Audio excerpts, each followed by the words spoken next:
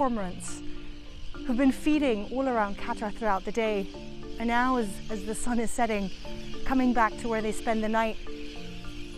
And it's incredible to see they're just flying over our heads, thousands and thousands of them.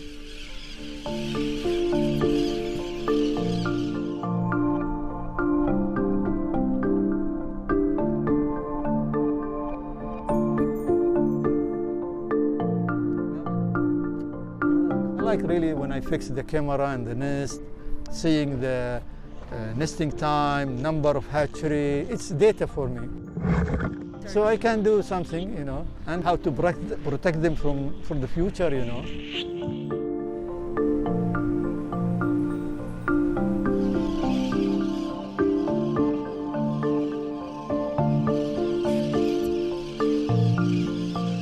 The water become more clear, more fish coming close to the area, and that's tell us one thing: where is the human, where is the disaster, you know. So this is incredibly beautiful what they're actually doing. This is defensive behavior because this is a small little island that they're resting on. So they're trying to get us to move. And this northern part of Qatar, really not many people come here. So it's really nature left to itself.